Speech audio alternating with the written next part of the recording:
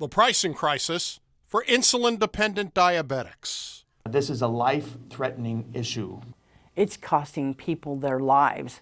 Diabetics like Robin Taylor of Decatur paying out more than $1,600 a month for her 5 vials of insulin. $326 a vial. Robin has been taking insulin for many years. 34. Robin lost her job during a round of layoffs and has no insurance. She is now turning to a cheaper alternative directly to the north. The last 2 sets of 90-day refills I've gotten from Canada, a pharmacy in Canada. The reason is simple. Her insulin purchased locally at $326 a vial versus just $37 in Canada. It's almost 10 times the cost of what it here from what it is up there. While nothing in life is fair, my dad taught me that, that's beyond unfair.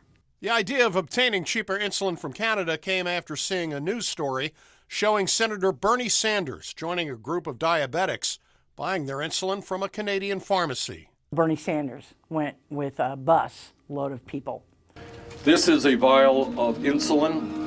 In the United States, it'll cost $350, $400. Here in Canada, $35 or $40, 1/10 the price. Illinois State Senator Andy Manar points to the cheaper cost of insulin in Canada for under $40. Here in Springfield, that product would cost you on average $135.50. Senator Manar is sponsoring a measure to cap insulin costs at $100 for a 30-day supply, pointing to the profits made by insulin makers.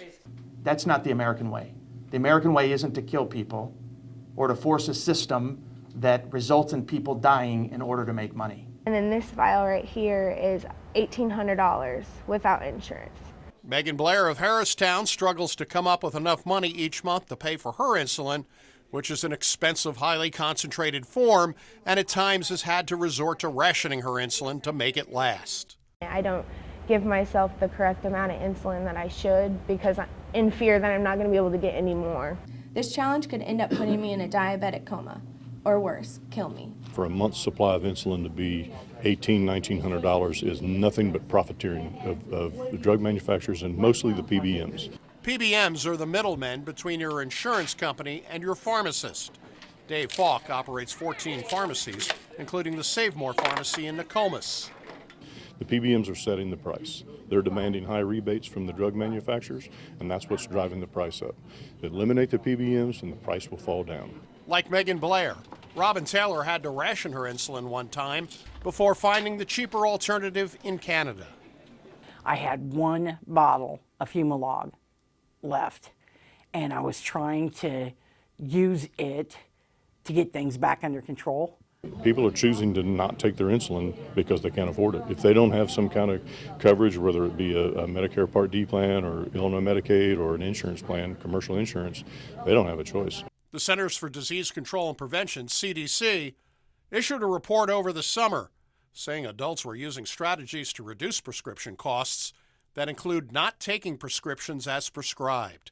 Families making difficult decisions as to what they pay for, a story lawmakers are hearing more frequently. I can't afford to keep my daughter alive and own a home, or I can't afford to keep my son alive and buy groceries to put in his lunchbox, then something has to change.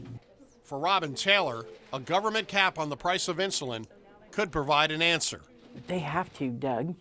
It's costing people their lives. It would have eventually cost me mine. I was getting sicker and sicker as time went on. Trips to Canada or a government price cap. Americans looking for a cheaper alternative. For the I-Team. That will be a huge leap in the right direction. Doug Wolfe, WAND News.